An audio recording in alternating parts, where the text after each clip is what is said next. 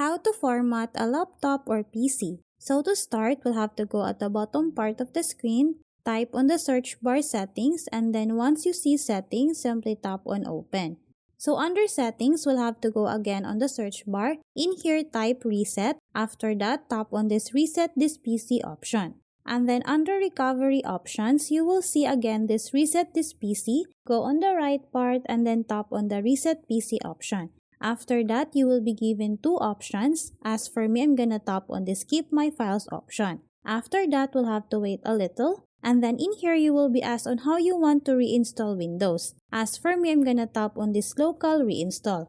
Once you do that, you will be given additional settings. Make sure that you have read the additional settings. Once you're done, tap on the next option. Once you tap on the next option, you will now see the reset option or the format option.